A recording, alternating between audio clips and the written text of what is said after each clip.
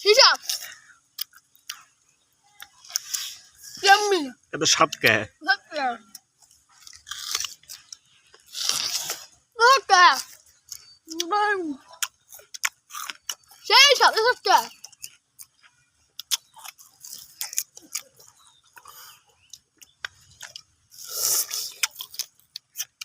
তোমার এসে বুঝ করছি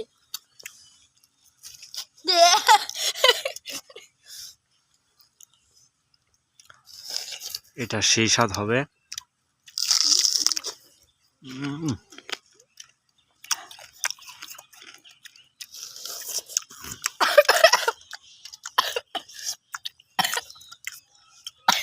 করলাম যে গরম মতো খাইতেছি